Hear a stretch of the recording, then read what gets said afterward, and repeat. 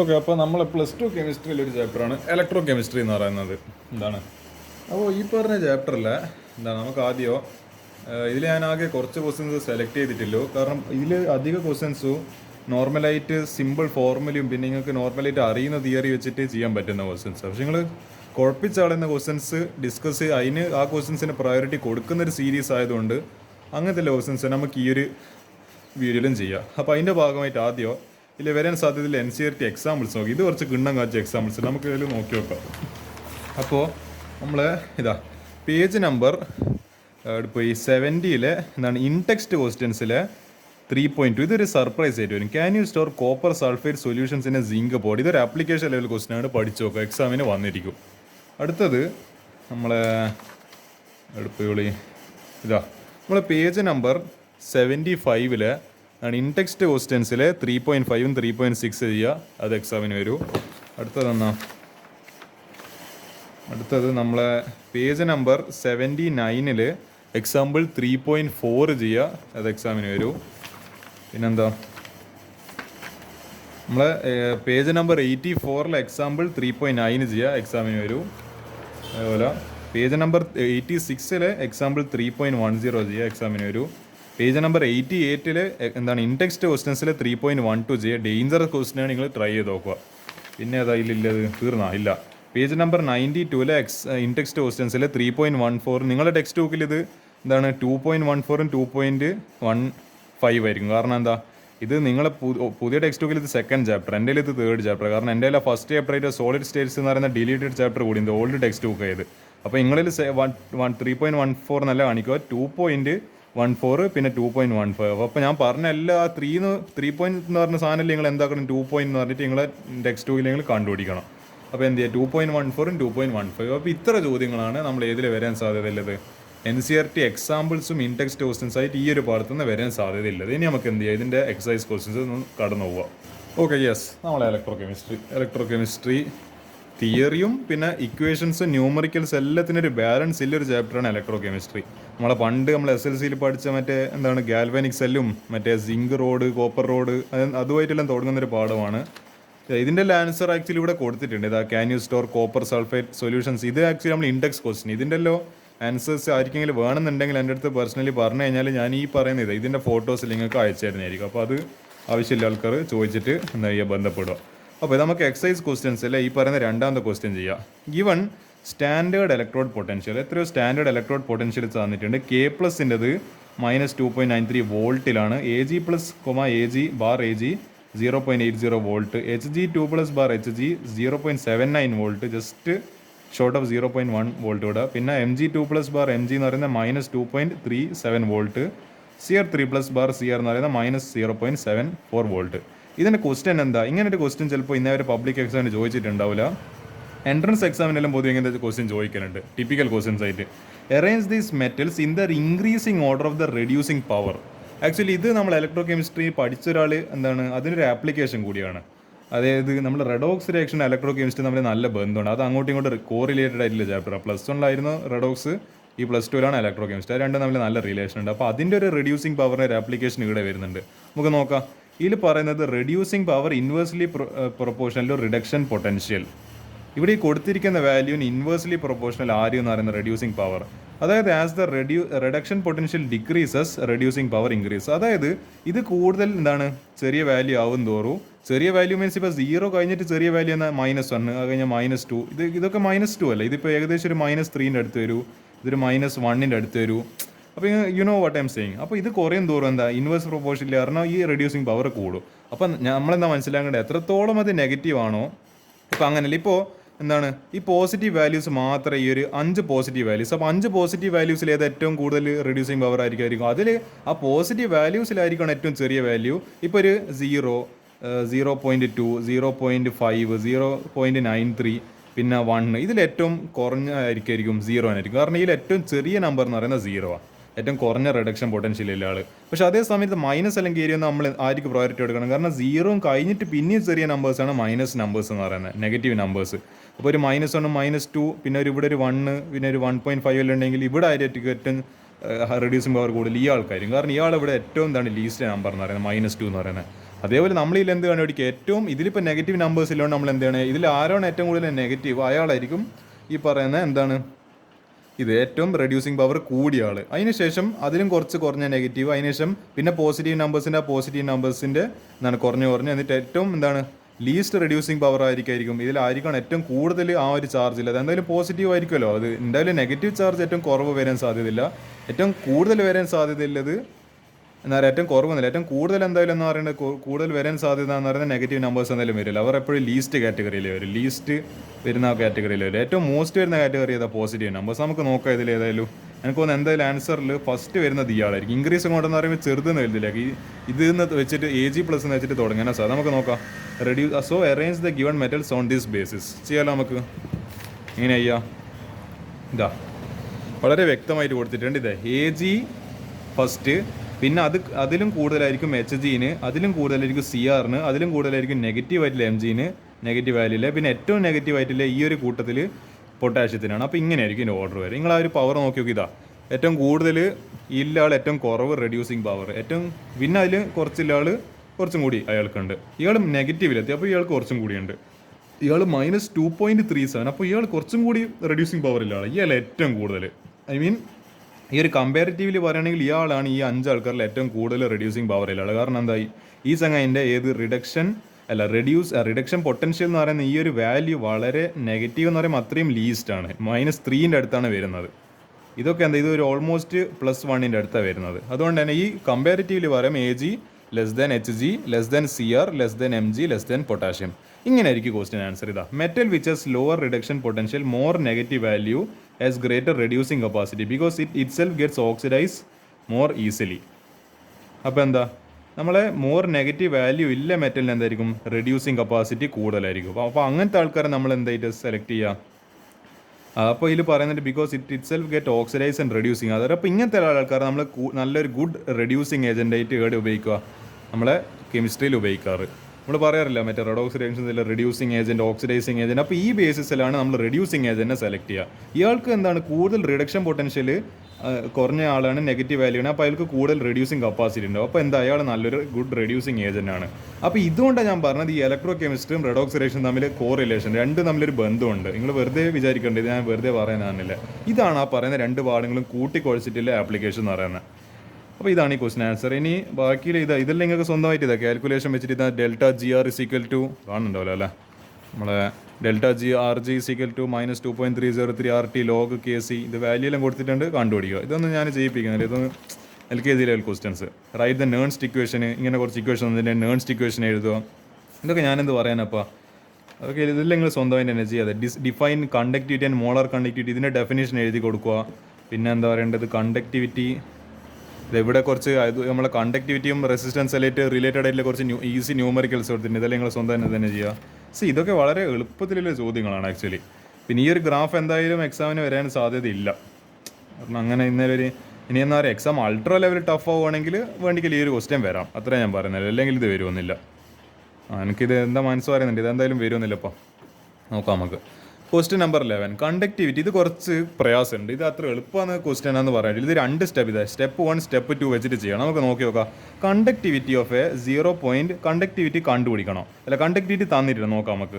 0.00241 ഇതെന്ന സാധനം molar. So ഇതെന്താ കാണിക്കുന്നത്, കോൺസെൻട്രേഷൻ. നമ്മൾ ഓരോ ടേം കാണുമ്പോൾ ഓരോ യൂണിറ്റ് കാണുമ്പോൾ പെട്ടെന്ന് മനസ്സിലാവണം ഇതെന്താണ്. ഇവർ ഇത്തരം എന്ന് പറയേണ്ടത് കോൺസെൻട്രേഷൻ കൊടുത്തുന്നല്ല, അവർ ജസ്റ്റ് യൂണിറ്റ് എഴുതും. അത് നമ്മളെന്ത് മനസ്സിലായിക്കോളാം, ഇത് കോൺസെൻട്രേഷനാണ്. അസിറ്റിക് ആസിഡ് വേണ്ടിക്കൽ അതിൻ്റെ ഫോർമുല എഴുതി കൊടുക്കുക അറിയെങ്കിൽ, നിങ്ങൾ ഓർഗാനിക് കെമിസ്ട്രിയെല്ലാം പഠിക്കുന്ന ആൾക്കാരല്ലേ, മറ്റേ വീരന്മാരല്ലേ. അസിറ്റിക് ആസിഡിൻ്റെ എന്നാ CH3COOH എത്തനോയിക് ആസിഡ് എന്ന് പറയും. ഇത് അസിറ്റിക് ആസിഡ് അതിൻ്റെ കോമൺ നെയിമാണ്. ഇതിൻ്റെ കണ്ടക്ടിവിറ്റി എന്ന് പറയുന്നത് 7.896 × 10⁻⁻5 എന്നോ അല്ല -5 സീമൻ സെൻറ്റിമീറ്റർ ഇൻവേഴ്സ്. പിന്നെ കാൽക്കുലേറ്റഡ് മോളാർ കണ്ടക്ടിവിറ്റി കാൽക്കുലേറ്റ് ചെയ്യണം. ഇതാ λC ആണ്, നമ്മൾ λMC കണ്ടുപിടിക്കണം. If λ0m for acetic acid is 390.5 siemens എന്താണ് cm² mole inverse, what is its dissociation constant. ഇത് ആക്ച്വലി 2 സ്റ്റെപ്പ് എന്ന് പറയുമ്പോൾ എന്ത് ചെയ്യണം, ഈ മോളാർ കണ്ടക്ടിവിറ്റി കാണിക്കുന്നത് ചോദിക്കുന്നുണ്ട് 4 മാർക്കിന് എല്ലാവരും ന്യൂമറിക്കലായിട്ടായിരിക്കും ചോദിക്കുക. അതതിൻ്റെ ഒരു ക്വസ്റ്റിൻ്റെ പ്രത്യേകത എന്ന് പറയുന്നത്. ഇതും കണ്ടുപിടിക്കണം, മോളാർ കണ്ടക്ടിവിറ്റി കണ്ടുപിടിക്കണം, ഡിസോസിയേഷൻ കോൺസ്റ്റന്റും കണ്ടുപിടിക്കണം. നമുക്ക് ചെയ്ത് നോക്കാം. സ്റ്റെപ്പ് 1 എന്ന് പറയുന്നത് calculation of molar conductivity lambda C lambda M C. നമ്മളെ കാപ്പയാണല്ലോ കെ എന്ന് പറഞ്ഞിട്ടാണല്ലോ നമ്മൾ കാപ്പേൻ്റെ കെ അത് പറഞ്ഞിട്ടാണല്ലോ നമ്മൾ കണ്ടക്ടിവിറ്റീൻ്റെ ഇത് കൊടുക്കുക ഒരു എന്താ പറയേണ്ടത് അതിൻ്റെ ഒരു സിമ്പിളായിട്ട് കൊടുക്കുക. അപ്പോൾ കണ്ടക്ടിവിറ്റി 7.896 × 10⁻⁵ സീമൻ സെൻറ്റിമീറ്റർ ഇൻവേഴ്സ്. അപ്പോൾ നമ്മൾ കോൺസെൻട്രേഷൻ ഇത്ര വാല്യൂ വന്നിട്ടുണ്ട്, ഇത്ര മോളാർ ലിറ്റർ ഇൻവേഴ്സ്. അപ്പോൾ എന്താ ലിറ്റർ ഇൻവേഴ്സ് എന്ന് പറഞ്ഞിട്ടുണ്ട് അല്ലേ, ഇവിടെ ലിറ്റർ ഇൻവേഴ്സ് ഇവിടെ എഴുതിയിട്ടില്ല, ഞാൻ ഇവിടെ എഴുതുന്നുണ്ട്. ആ ലിറ്റർ ഇൻവേഴ്സിനെ നമ്മൾ സെൻറ്റിമീറ്റർ ക്യൂബിലേക്ക് മാറ്റുന്ന സമയത്ത് എന്ത് ചെയ്യുക, ഒരു ലിറ്റർ ഇൻവേഴ്സ് അല്ല, അപ്പോൾ ഒരു 10 ക്യൂബിനെ കൊണ്ട് ലിറ്റർ ആയിരുന്നെങ്കിൽ 10 ക്യൂബിനെ കൊണ്ട് മൾട്ടിപ്ലൈ ചെയ്യുക. പക്ഷേ ഇവിടെ ലിറ്റർ ഇൻവേഴ്സ് ആയതുകൊണ്ട് 10 ക്യൂബിനെ കൊണ്ട് ഡിവൈഡ് ചെയ്യേണ്ടത്. അപ്പോൾ 10 ക്യൂബിനെ കൊണ്ട് ഡിവൈഡ് ചെയ്യുമ്പോൾ ഇത് ചെയ്യുന്ന സമയത്ത് 241 × 10⁻⁸ മോൾ സെൻറ്റിമീറ്റർ (3). ലൈക്ക് ഇതിപ്പോൾ ഇത്രയോ ലിറ്റർ തന്നിട്ടുണ്ട്. ആ ലിറ്ററിനെ നമ്മൾ എന്തിലേക്ക് മില്ലി ലിറ്ററിലേക്ക് മാറ്റുന്ന പോലെയാണ് ഈ കൺവേർഷന്. ഈ centimetre cube this actually represent ഒരു മില്ലി ലിറ്റർ പോലെ നമുക്ക് ഇത് വേണ്ടിക്കൽ കൺസിഡർ ചെയ്യാം. ലിറ്ററിന് നമ്മൾ എന്തിലേക്ക് നമ്മളൊരു കാൽക്കുലേഷൻ ചെയ്യേണ്ട സൗകര്യത്തിന് ഇത് ആക്ച്വലി നിങ്ങൾ ആലോചിച്ച് 0.00 എന്ന് പറഞ്ഞ ഒരു നമുക്ക് ചെയ്യാനൊരു സുഖമില്ല. നമുക്ക് ചെയ്യാൻ എളുപ്പത്തിന് വേണ്ടിയിട്ട് ഇതിനെ എന്താക്കി മാറ്റി കുറച്ചും കൂടി കാൽക്കുലേഷൻ എളുപ്പമാക്കണം. 241 × 10⁻⁸ എന്നുള്ള കാൽക്കുലേഷനിലേക്ക് മാറ്റി. അപ്പോൾ അതങ്ങനെ ഒരു കളി. അപ്പോൾ എന്താ ഇതിന് ഈ ലാംഡ സി എമ്മിൻ്റെ ഇക്വേഷൻ എന്ന് പറയുന്നത് കാപ്പ ബൈ കോൺസെൻട്രേഷൻ, അതായത് കണ്ടക്ടിവിറ്റി ബൈ കോൺസെൻട്രേഷൻ. അപ്പോൾ ഇത് ചെയ്യുക 7.896 × 10⁻⁵ siemens centimetre inverse divided by 241 × 10⁻⁸ mole centimetre cube. അപ്പോൾ ഏതായാലും ഇതിൻ്റെ ഒരു സെൻറ്റിമീറ്റർ എന്താ ചെയ്യിപ്പോൾ സെൻറ്റിമീറ്റർ കട്ടായി പോയില്ല. സെൻറ്റിമീറ്റർ ഓക്കെ ഇവിടെ ഒരു സെൻറ്റിമീറ്റർ, ഇവിടെ എന്താണ് ഒരു -1, ഇവിടെ -3, ഇവിടെ ഒരു -2 ആയിപ്പോൾ കട്ടായിട്ട്. പിന്നെന്താ ഇത് കാൽക്കുലേറ്റ് ചെയ്യുന്ന സമയത്ത് 32 ഇവിടെ യൂണിറ്റിന് വലിയ പ്രസക്തിയുണ്ട്. യൂണിറ്റ് നിങ്ങൾ ഇവിടെ എഴുതുക തന്നെ വേണം. ഈ പാഠത്തിൽ മാത്രത്തെ ഒരു പ്രത്യേകത യൂണിറ്റ് നമ്മൾ കുറച്ചൊന്ന് പഠിച്ചു വെച്ചിട്ട് തന്നെ എക്സാമിന് വേണ്ടി പോകണം. ഇത് 32.76 siemens centimetre square mole inverse. അപ്പോൾ അങ്ങനെ ആയിരിക്കും.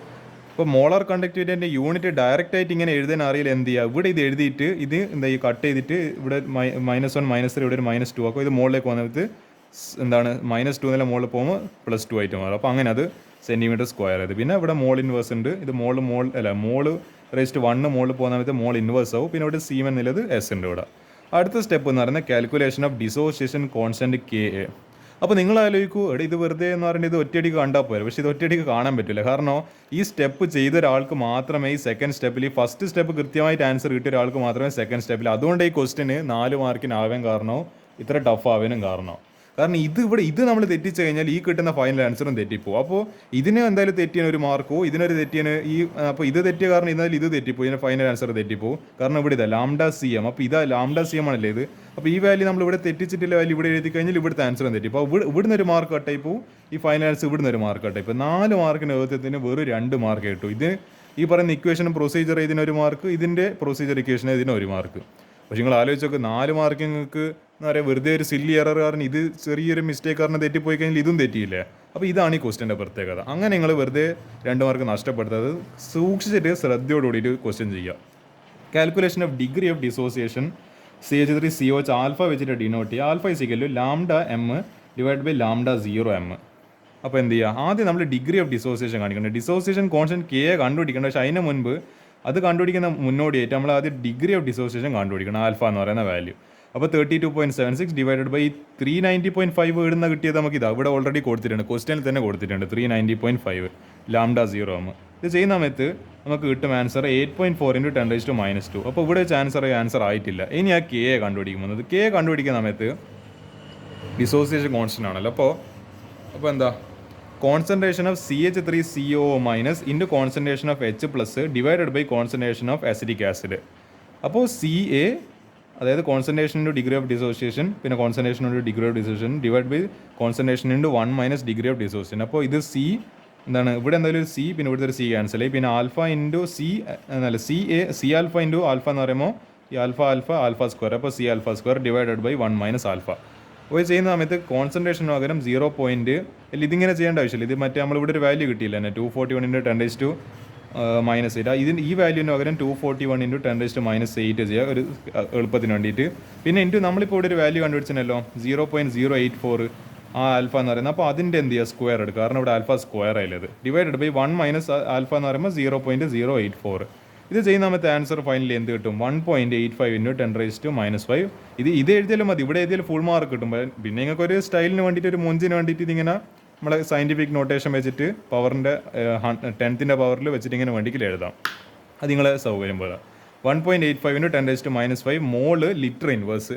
അപ്പോൾ ഇങ്ങനെ നമുക്ക് എന്ത് ചെയ്യാൻ പറ്റും, ഈ ക്വസ്റ്റിൻ്റെ 4 മാർക്ക് നമുക്ക് ഉറപ്പിക്കാൻ പറ്റും. നിങ്ങൾ ഈ മെത്തേഡ് വെച്ചിട്ട് ഈ പ്രൊസീജിയറിൽ തന്നെ ചെയ്യുകയാണെങ്കിൽ എവിടെയെങ്കിലും മിസ്റ്റേക്ക് വരുത്തി കഴിഞ്ഞാൽ ഇത് മിസ്റ്റേക്ക് വരുത്താൽ ഇതിൻ്റെ മാർക്ക് പോകുന്നില്ലത് കൃത്യമായിട്ട് ആലോചിക്കുക. അപ്പോൾ എന്ത് ചെയ്യുക, ആ ക്വസ്റ്റ്യൻസ് ഞാൻ ഈ ഒരു ഇൻടെക്സ്റ്റ് ക്വസ്റ്റ്യൻ അല്ല എക്സസൈസ് ക്വസ്റ്റ്യൻസ് ഭാഗമായിട്ട് ചെയ്യാൻ ഉദ്ദേശിക്കുന്നത്. ബാക്കിയിൽ നിങ്ങൾക്ക് സ്വന്തമായിട്ട് ഇതെല്ലാം കാണുന്നില്ലേ, predict the products of electrolysis, ഇതെല്ലാം എത്ര സിമ്പിളായിട്ടുള്ള ക്വസ്റ്റ്യൻസാണ്. ഇതെല്ലാം നിങ്ങൾ കോൺസെപ്റ്റ് ആ പറയുന്ന തിയറി മാതിരിയൊക്കെ പഠിച്ചിട്ടുണ്ടെങ്കിൽ ഇതെല്ലാം സിമ്പിളായിട്ട് ചെയ്യാൻ പറ്റും. പിന്നെന്താ ഈ പറയുന്ന ഈ ഒരു സൊല്യൂഷൻ ഓഫ് ഇത് നമ്മൾ മറ്റേ ഫാരഡേസ് സെക്കൻഡ് ലോ പറ്റുന്നു അല്ലേ, സെക്കൻഡ് ലോ ഫസ്റ്റ് ലോ വെച്ചിട്ട് ഇതാ Q = IT. അപ്പോൾ മറ്റേ ഫാരഡേസിൻ്റെ ഫസ്റ്റ് ലോ വെച്ചിട്ട് ഇങ്ങനത്തെ ക്വസ്റ്റൻസ് എല്ലാം ചെയ്യുക. പിന്നെ ഹൗ മച്ച് ഇലക്ട്രിസിറ്റി, ഇതെല്ലാം നോർമലി ടിപ്പിക്കലായിട്ട് ചോദിക്കുന്ന ക്വസ്റ്റൻസാണ്. 20 gram of calcium from molten CaCl2, ഇതിലേക്ക് ടിപ്പിക്കൽ LKG ലെവൽ ക്വസ്റ്റൻസ് ആണ്. ഇതെല്ലാം എന്ത് ചെയ്യുക, നിങ്ങൾ സ്വന്തമായിട്ട് ചെയ്യും. ഇതൊന്നും ഞാൻ ചെയ്യാൻ ആഗ്രഹിച്ചിട്ട് വെറുതെ നിങ്ങൾ സമയം വേസ്റ്റ് ആക്കുന്നില്ല. കാരണം നമ്മളെ ഉദ്ദേശം എന്താ ഈ സീരീസിൻ്റെത്, നിങ്ങളെ സമയം എത്രത്തോളം ഉണ്ടോ അത്രത്തോളം സമയം വെച്ചിട്ട് നമുക്ക് പരമാവധി ടഫ് ക്വസ്റ്റൻസ് തന്നെ ഡിസ്കസ് ചെയ്യണം. കാരണം എക്സാം എളുപ്പമൊന്നുമില്ല പ്രതീക്ഷ നിങ്ങൾ പോയി കഴിഞ്ഞാൽ you will be absolutely disappointed. I M literally saying that. നോക്കിയാലും നോക്കാം, നമ്മളെ NCERT സെലക്ടഡ് എക്സാംപ്ലറിലെ കുറച്ച് ക്വസ്റ്റൻസ് കൂടി കഴിഞ്ഞിട്ട് നമുക്ക് ഈ ചാപ്റ്റർ വൈൻഡ് അപ്പ് ചെയ്യാം. കാരണം ഇതിലാകെ അത്ര ക്വസ്റ്റൻസ് അല്ലേ അത്. അതായത് നിങ്ങൾക്ക് ഇപ്പം തോന്നുവാണ് ഇപ്പോൾ ഒരു ക്വസ്റ്റ്യൻ വളരെ എളുപ്പമാണ്. ഈ ഇലക്ട്രോലിസിസ് പ്രൊഡക്റ്റിംഗ് ഒക്കെ വളരെ കോൺഫിഡൻ്റ് ആണ്. നിങ്ങൾ യൂണിറ്റ് ടെസ്റ്റിനിൽ ഇത് നല്ലോണം എഴുതി മാർക്ക് ഇടുന്നത് അതെന്ത് ചെയ്യുക. ഇതിപ്പോൾ ഒരു ക്വസ്റ്റ്യൻ നമ്പർ 13 ആണെങ്കിൽ നിങ്ങളെ നോട്ട് ബുക്കിൽ ഇത് ഇങ്ങനെ ടിക്ക് ഇട്ടിട്ട് ഞാനല്ല അങ്ങനെ എഴുതിയില്ല. എനിക്ക് വളരെ എളുപ്പമായിട്ട് എനിക്ക് എന്തായാലും ഷുവറായിട്ട് കിട്ടും തോന്നുന്ന ആൻസർ വെറുതെ നമ്മൾ എഴുതിയിട്ട് സമയം പോക്കണ്ടല്ലോ. അപ്പോൾ എന്ത് ചെയ്യുക, അങ്ങനത്തെ വളരെ എളുപ്പത്തിൽ ക്വസ്റ്റ്യൻ ഇങ്ങനെ ടിക്ക് ചെയ്യുക. എന്നിട്ട് അടുത്ത അറിയാത്ത ക്വസ്റ്റിന് 14 ഇങ്ങനെ ആൻസർ എഴുതുക. 15 നല്ലോണം അറിയെങ്കിൽ അത് സ്കിപ്പ് ചെയ്യുക. അങ്ങനെ നമ്മൾ സ്മാർട്ടായിട്ട് ചിന്തിക്കുമ്പോഴാണ് നമ്മൾ സമയം നമുക്ക് ലാഭിക്കാൻ പറ്റും. വെറുതെ കുറേ എഴുതി പോയിട്ട് ഇങ്ങനെ കാര്യമില്ല. നമ്മൾ സ്മാർട്ടായിട്ട് നീങ്ങുക. നമ്മൾ കൂടുതലും അറിയാത്ത ക്വസ്റ്റ്യൻസിൽ ഫോക്കസ് ചെയ്യുക. അറിയുന്ന ക്വസ്റ്റ്യൻസ് എന്ത് ചെയ്യുക, 16 എനിക്ക് നന്നായിട്ട് അറിയാം, ടിക്ക്. 17 എനിക്ക് അറിയില്ല, അപ്പോൾ അത് കുറച്ച് കോൺസെൻട്രേറ്റ്, അതിൽ കുറച്ച് സമയം സ്പെൻഡ് ചെയ്യണം. 18 എനിക്ക് നന്നായിട്ട് അറിയാം, അത് ടിക്ക്. അപ്പോൾ അങ്ങനെ എന്ത് ചെയ്യണം, നിങ്ങൾ വന്ന് വരണം. എന്നാലും നമുക്ക് എന്ത് ചെയ്യാൻ പറ്റും, ടൈം കറക്റ്റായിട്ട് മാനേജ് ചെയ്തുകൊണ്ട് നമ്മളെ ഈ പറയുന്ന ആ ഒരു എക്സാം, ഒരു പബ്ലിക് എക്സാമിന് മുൻപ് എല്ലാ ചാപ്റ്റേഴ്സ് നമുക്ക് ഓർഡറിൽ തീർക്കാൻ പറ്റും. അപ്പോൾ ഞാൻ പറഞ്ഞ ആ ടൈം മാനേജ്മെൻറ്റ് ടിപ്പ് മര്യാദയ്ക്ക് ആലോചിക്കുക. അടുത്തത് question number 1. Can absolute electrode potential of any electrode be measured? അല്ല, അത് നമുക്ക് ഒരു ഇലക്ട്രോഡ്, അതായത് ഇപ്പോൾ സിങ്കിൻ്റെ എന്ന് പറയുമ്പോൾ സിങ്കിൻ്റെ മാത്രമായിട്ട് കണ്ടുപിടിക്കാൻ പറ്റുമെന്ന് വെച്ചാൽ അത് പറ്റൂല. കോപ്പറിൻ്റെ കണ്ടുപിടിക്കാൻ പറ്റും, കോപ്പറിനെ മാത്രമായിട്ട് പറ്റൂല. അതെന്താ, no. Only the difference in potential between two electrons can be measured. This is due to the reason that oxidation or reduction cannot occur alone. നമ്മൾ റെഡോക്സ് റിയാക്ഷനിൽ പഠിക്കുന്നുണ്ട്. റെഡോക്സ് റിയാക്ഷൻ എങ്ങനെയാവുന്നത്, ഒരു ഹാഫിൽ ഓക്സിഡേഷൻ നടക്കണം, മറ്റേ ഹാഫിൽ റിഡക്ഷൻ നടക്കണം. അപ്പോൾ എന്താണ്, ഓക്സിഡേഷൻ മാത്രമല്ല reduction മാത്രമായിട്ട് ഒരു പ്രോസസ്സിന് നടക്കാൻ പറ്റില്ല. അതുകൊണ്ടാണ് നമുക്ക് എന്ത് മെഷർ ചെയ്യാൻ പറ്റാത്തത്. ഇപ്പോൾ സിങ്ക് ഓക്സിഡൈസ് ആയിട്ട് Zn2+ ആവുന്നത് അത്. പക്ഷേ അതേ സമയം തന്നെ ഇവിടെ 2 ഇലക്ട്രോൺ അയാൾ നഷ്ടപ്പെടുത്തി. പക്ഷേ അതേ പ്രോസസ്സ് തന്നെ ഈ കോപ്പർ 2+ ഈ 2 ഇലക്ട്രോൺസിനെ സ്വീകരിച്ചിട്ട് റെഡ്യൂസ് ആയിട്ട് Cu ആയിട്ട് മാറുന്നുണ്ട്. അപ്പോൾ എന്താണ്, സൈമൾട്ടേനിയസ്ലി ഓക്സിഡേഷൻ നടക്കുന്നുണ്ട്, അതേ സമയം തന്നെ റിഡക്ഷനും നടക്കുന്നുണ്ട്. അതുകൊണ്ട് നമുക്ക് എന്ത് മെഷർ ചെയ്യാൻ വേണ്ടി പറ്റൂല, ഇതിൻ്റെ ആബ്സല്യൂട്ട് ഇലക്ട്രോഡ് ഒന്നിൻ്റെ സെപ്പറേറ്റ് അതിൻ്റെ മാത്രമായിട്ട് മെഷർ ചെയ്യാൻ വേണ്ടി പറ്റൂല. അതാണ് അതിൻ്റെ ക്വസ്റ്റിൻ്റെ ആൻസർ. ക്യാൻ E0 സെൽ ഇതെന്ന സാധനം electrode potential, standard electrode potential കാരണം E0 എന്നുണ്ട്, ഓർ ΔRG ഫ്രീ എന്താണ് standard Gibbs free energy for a cell reaction ever be equal to 0? ആ question answer no. Otherwise the reaction will become non feasible. നമ്മൾ റിയാക്ഷന് feasible ആവേണ്ടിക്കൽ ΔRG എന്ന് പറയുന്നത് എന്തായിരിക്കണം, 0 ആവാൻ വേണ്ടി പാടില്ല. അപ്പോൾ എന്താ, ആക്ച്വലി ഒരു ഇക്വിലിബ്രിയം കണ്ടീഷനാണ്. അപ്പോൾ എന്ത് നടക്കില്ല, നമ്മളെ റിയാക്ഷൻ നടക്കില്ല. ഫീസിബിൾ എന്ന് പറയുമ്പോൾ റിയാക്ഷൻ നടക്കാനില്ല സാധ്യത, നോൺ ഫീസിബിൾ എന്ന് പറയുമ്പോൾ റിയാക്ഷൻ നടക്കൂല. അങ്ങനെയാണ് അതിനെ പറയുന്നത്. അപ്പോൾ ഗിബ്സ് ഫ്രീ എനർജി 0 ആയി കഴിഞ്ഞാൽ എന്ത് നടക്കൂല, നമ്മളെ റിയാക്ഷൻ നടക്കൂല. അപ്പോൾ എന്ത് ചെയ്യാൻ പറ്റില്ല, നമ്മളെ റിയാക്ഷൻ ഫീസിബിൾ ആവില്ല. അപ്പോൾ എന്ത് ചെയ്യുക, ജസ്റ്റ് നോ എന്ന് പറഞ്ഞിട്ട് അങ്ങ് എഴുതി കൊടുത്താൽ മതി. ഒരു മാർക്ക് ആ ക്വസ്റ്റിന് കിട്ടും. അണ്ടർ വാട്ട് കണ്ടീഷൻ ഇസ് ഈ cell electrode potential 0 or ΔRG 0? ഇതാ ഞാൻ പറഞ്ഞ അതേ ആൻസർ തന്നെ. At the stage of chemical equilibrium, നിങ്ങൾ ഇക്വിലിബ്രിയം എന്ന് പറയുന്ന പാഠത്തിൽ +1 മര്യാദയ്ക്ക് പഠിച്ചിട്ടുണ്ടെങ്കിൽ ആ ചാപ്റ്റർ മര്യാദയ്ക്ക് പഠിച്ചിട്ട് മനസ്സിലോ. ഇക്വിലിബ്രിയം കണ്ടീഷനിൽ ഗിബ്സ് ഫ്രീ എനർജി ആയിട്ടുള്ള ΔG എന്ന് പറയുന്നത് എന്താ, 0 ആണ്. ഫോർ എന്താണ്, കെമിക്കൽ ഇക്വിലിബ്രിയം. അപ്പോൾ നിങ്ങളിങ്ങനെ ചോദിച്ചു കഴിഞ്ഞാൽ at the stage of equilibrium in the cell അങ്ങ് എഴുതി കൊടുത്താൽ മതി. അടുത്തത്, what does the negative sign in the expression E0 Zn2+ bar Zn equal to -0.76? അതായത് ഇങ്ങനെ ഒരു വാല്യൂ കൊടുത്തിന് ഈ നെഗറ്റീവ് എന്തിനാണ് സൂചിപ്പിക്കുന്നത്, എന്താണ് ഈ നെഗറ്റീവിൻ്റെ പ്രസക്തി എന്താ? It means that zinc is more reactive than hydrogen. When zinc electrode will be connected to standard hydrogen electrode, zinc will get oxidized and H+ will get reduced. അതായത് ഈ നെഗറ്റീവ് സൈൻ സൂചിപ്പിക്കുന്നത് നമ്മളെ സിങ്ക് എന്ന് പറയുന്ന നമ്മളെ ചേട്ടന് നമ്മളെ ഹൈഡ്രജനെക്കാട്ടും കൂടുതൽ റിയാക്റ്റീവ് ആണ്. അതുകൊണ്ട് എന്ത് ചെയ്യാൻ പറ്റും, സിങ്കിനെ ഹൈഡ്രജനെ ഡിസ്പ്ലേസ് ചെയ്യാൻ പറ്റും, അതിനെ അടുത്ത് ഡിസ്പ്ലേസ് ചെയ്തിട്ട് മാറ്റാൻ വേണ്ടി പറ്റും. അപ്പോൾ എന്താ ഈ പറയുന്ന നമ്മളെ standard hydrogen electrode SH she എന്നാ പറയൽ, അങ്ങനെ ഷീന്ന് എന്താ പറയുക ഭയങ്കര കോമഡിയേറ്റിങ്ങൾ എടുക്കുന്നുണ്ടാവും അല്ലേ. SH സ്റ്റാൻഡേർഡ് ഹൈഡ്രജൻ ഇലക്ട്രോഡ് എന്താണ്. അപ്പോൾ അതിന് നമ്മളിങ്ങനെ ഇലക്ട്രോഡായിട്ട് നമ്മൾ സിങ്ക് ഇലക്ട്രോഡായിട്ട് കണക്ട് ചെയ്ത് കഴിഞ്ഞാൽ സിങ്ക് എന്തായി ഇപ്പോൾ ഓക്സിഡൈസ് ആയിപ്പോൾ Zn 2 ഇലക്ട്രോൺ പ്ലസ് Zn 2+, പിന്നെ ഈ 2 ഇലക്ട്രോൺ പിന്നെ ഇവിടെ ഒരു H+ ഉണ്ട്. അപ്പോൾ H+ ഇതൊന്ന് ഒരു ഇലക്ട്രോൺ സ്വീകരിച്ചിട്ട് എന്തായി മാറും, ഈ പറഞ്ഞ ഹൈഡ്രജനായിട്ട് മാറും. അല്ലെങ്കിൽ ഇത് 2 ഇലക്ട്രോൺ സ്വീകരിച്ചിട്ട് H2 ആയിട്ട് മാറും. അപ്പോൾ ഇങ്ങനെയാണ് ഇവിടെ 2H+ + 2 ഇലക്ട്രോൺ ഗിവിങ് H2.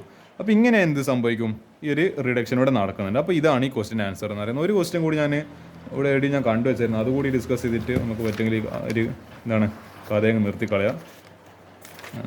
നോക്കട്ടെ. അപ്പോൾ ഇവിടെ ഇതാ, unlike dry cell the mercury cell as a constant cell potential throughout its useful life. Why നമ്മളെ ഡ്രൈ സെൽ എന്ന് പറയുമ്പോൾ നമ്മളിപ്പോൾ നിങ്ങൾ നമ്മളെ ഡ്രൈ സെൽ എന്ന് പറയുമ്പോൾ ഞാനിപ്പോൾ എന്താ എക്സാമ്പിൾ പറയാം, ഇത് എനിക്ക് നമ്മളെ പറ്റിയൊരു ചെറിയ നമ്മളെ പണ്ടത്തെ ആ ഒരു ഫോണല്ലേ, ഇങ്ങനെ നമ്മളെ ബാർബീൻ്റെ ഒരു ഫോൺ ഇങ്ങനെ ഓർമ്മയുണ്ട്, ഇങ്ങനെ ഓരോ നമ്പർ അടിക്കുന്ന മറ്റ് ഓരോ എന്താ പറയുക പാട്ടുകളെല്ലാം പാടുന്നത്.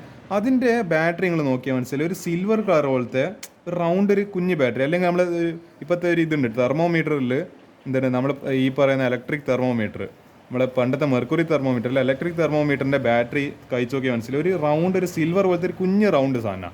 അത് ആക്ച്വലി ഡ്രൈ സെല്ലാണ്. അതൊരു പരിധി കഴിഞ്ഞാൽ എനിക്ക് തോന്നുന്നത് എന്ത് ചെയ്യും പറ്റും, അതിൻ്റെ കാലാവധി നിന്നും. പക്ഷേ ഈ മെർക്കുറി സെല്ലിൻ്റെത് അതിൻ്റെ ജീവിതകാലം മുഴുവൻ അതിന് ഒരു എന്താണ്, ആക്ച്വലി അങ്ങനെയല്ല എന്ന് തോന്നുന്നു ക്വസ്റ്റ്യൻ പറഞ്ഞാൽ. അതായത് ഈ ഡ്രൈ സെല്ല് പോലെ ഈ മെർക്കുറി സെല്ലിൻ്റെ വാല്യൂ എന്ത് ചെയ്യുന്നില്ല, കോൺസ്റ്റൻ്റ് ആയിട്ട് തന്നെ നിൽക്കുന്നുണ്ട്. നിങ്ങൾ ആലോചിച്ച് നോക്കി, ഈ പറഞ്ഞ ഒരു നമ്മളെ നോർമലി ഇപ്പോൾ ഈ TVൻ്റെ ബാറ്ററി നമുക്ക് ഇടയ്ക്കിടയ്ക്ക് മാറ്റേണ്ടി വരുന്നത്. കാരണം അത് അതിനെന്താണ് അതിൻ്റെ ഉള്ളിലെ ഓക്സിഡേഷനോ റിഡക്ഷനോ റെഡോക്സിഡേഷനിലോ നടന്നിട്ട് ആ പറയുന്ന അതിൻ്റെ സെൽ പൊട്ടൻഷ്യലിൻ്റെ വാല്യൂ ഇങ്ങനെ കുറഞ്ഞു വരുന്നുണ്ട്. അതൊരു 0 ആയി പോയി കഴിഞ്ഞാൽ പിന്നെ അതിൻ്റെ ബാറ്ററി കഴിഞ്ഞ് പിന്നെ എന്ത് ചെയ്യേണ്ടി വരും, നമ്മൾ അതിൻ്റെ മാറ്റേണ്ടി വരും. പിന്നെ വേറെ രക്ഷയില്ല, ആ ബാറ്ററി വെച്ചിട്ട് പിന്നെ നമുക്ക് TVയിൽ പിന്നെ റിമോട്ടിൽ ചാനലൊന്നും മാറ്റാൻ പറ്റുന്നില്ല. അന്നേരം നമ്മൾ മനസ്സിലായി ഇതിൻ്റെ സെൽ പൊട്ടൻഷ്യൽ തീർന്നിട്ടുണ്ട്, ഇനി അടുത്ത ബാറ്ററി അടുത്ത എന്താ പറയുക രവിയുടെ പീടിയെ പോയിട്ട് ബാറ്ററി വാങ്ങേണ്ട സമയമായിട്ടുണ്ടെന്ന് അന്നേരം മനസ്സിലാവും. പക്ഷേ നമ്മളെ മെർക്കുറി സെല്ലിന് എന്താണ് ഓൾമോസ്റ്റ് ഒരു കോൺസ്റ്റൻറ്റ് വാല്യൂ, അതായത് അതിന് വലിയ തൈമാനം സംഭവിക്കണം, അതിങ്ങനെ കോൺസ്റ്റൻ്റ് ആയിട്ട് നിൽക്കുന്നത്. എന്തുകൊണ്ട്? Ions are not involve in the overall cell reaction. ഏറ്റവും സിമ്പിൾ ആൻസറാണ്, ഈ റിയാക്ഷനിൽ അയോൺസ് എന്ത് ചെയ്യുന്നില്ല, പാർട്ടിസിപ്പേറ്റ് ചെയ്യുന്നില്ല. അതുകൊണ്ട് തന്നെ ഇതിനൊരു കോൺസ്റ്റൻറ്റ് സെൽ പൊട്ടൻഷ്യൽ ഉണ്ട്. അത്ര നിങ്ങൾ മനസ്സിലാക്കിയാൽ മതി ഈ ഒരു ഇതിനെ പറ്റിയിട്ട്. അപ്പോൾ എന്താ ഒരു ക്വസ്റ്റ്യൻ ഇതാ, how will the pH of brine എന്ന് പറയുന്നത് അക്വസ് NaCl സൊല്യൂഷനെയാണ്, അതായത് ഉപ്പുവെള്ളത്തിനാണ് ബ്രൈൻ സൊല്യൂഷൻ എന്ന് പറയുന്നത്, be affected when it is electrolysed. അപ്പോൾ എന്താ, the pH of the solution will rise as NaOH formed in the electrolytic cell. നമ്മൾ ഈ അതായത് NaOHൻ്റെ pH എന്ന് പറയുന്ന വാല്യൂ എന്താണ്, ഇലക്ട്രോലൈസ് ചെയ്ത് കഴിഞ്ഞാൽ ഇലക്ട്രോലിസിസിലൂടെ കടത്തിവിട്ട് കഴിഞ്ഞാൽ എന്ത് സംഭവിക്കും, അത് എന്ത് ചെയ്യും, it will rice. pH increases എന്ന് പറഞ്ഞിട്ടാണ് എഴുതി കൊടുക്കുന്നത്. അടുത്തത് ഒരു ക്വസ്റ്റ്യൻ കൂടി അവിടെ കാണുന്നുണ്ട്. ഇതാ, in N aqueous solution how does specific conductivity of electrolytes change with edition of water. അതായത് ഈ അക്വസ് സൊല്യൂഷനിൽ ഈ സ്പെസിഫിക് കണ്ടക്ടിവിറ്റി എന്താണ്, സ്പെസിഫിക് കണ്ടക്ടിവിറ്റി ഈ ഇലക്ട്രോലൈറ്റ്സിൻ്റെ സ്പെസിഫിക് കണ്ടക്ടിവിറ്റി നമ്മൾ ഈ വെള്ളം ചേർക്കുന്ന സമയത്ത് എങ്ങനെ അത് മാറുന്നത്. Specific conductivity decreases due to decrease in number of ions per unit volume. നമ്മൾ ഈ വെള്ളം ചേർക്കുന്ന സമയത്ത് എന്ത് സംഭവിക്കും, നമ്മൾ അതിൽ ഡിസോൾവ് ആയിട്ടില്ല, നമ്മളിപ്പോൾ ഇത് ബീക്കറിലാണെങ്കിൽ കുറേ വെള്ളം ഒഴിച്ച് കഴിഞ്ഞാൽ അതിൽ ഡിസോൾവ് ആയിട്ടില്ല ആ പറയുന്ന അയോൺസ്, ഇതിപ്പോൾ ഒരു പ്ലസ് ഒരു മൈനസ് പ്ലസ് ഇതിൻ്റെ എണ്ണം കുറഞ്ഞു പെർ വോളിയം യൂണിറ്റ് വോളിയം. ഇത്ര ഒരു വോളിയത്തിൽ എന്താണ് കാരണം അധികം വെള്ളമാകുന്ന സമയത്ത് ആ പറയുന്ന അയോൺസിന് അവിടെ ഫ്രീലി നിൽക്കാൻ പറ്റില്ല. അപ്പോൾ എന്താ ആ പറയുന്ന അതിൻ്റെ എണ്ണം കുറഞ്ഞിട്ട് എന്താ, specific conductivity decreases. So specific conductivity directly proportional number of ions per unit volume. So when this decreases specific conductivity also decreases. അപ്പോൾ എന്ത് ചെയ്യുക, ഇത്ര ക്വസ്റ്റൻസ് ഈ ഒരു പാഠത്തിൽ ഞാൻ ഡിസ്കസ് ചെയ്യാൻ ഉദ്ദേശിക്കുന്നില്ല. വളരെ ഇത് നിങ്ങളെ കുഴപ്പിക്കുന്ന ചോദ്യങ്ങൾ പോലും ഞാൻ ഇങ്ങനത്തെ ട്രിക്കി ആയിട്ടില്ല 1-2 മാർക്കിന് ചോദിക്കുന്ന ചോദ്യങ്ങൾ ഡിസ്കസ് ചെയ്തിട്ടുണ്ട്. ഏതായാലും ഈ പാഠം നിങ്ങൾ മര്യാദയ്ക്ക് തന്നെ പ്രാക്ടീസ് ചെയ്യാം.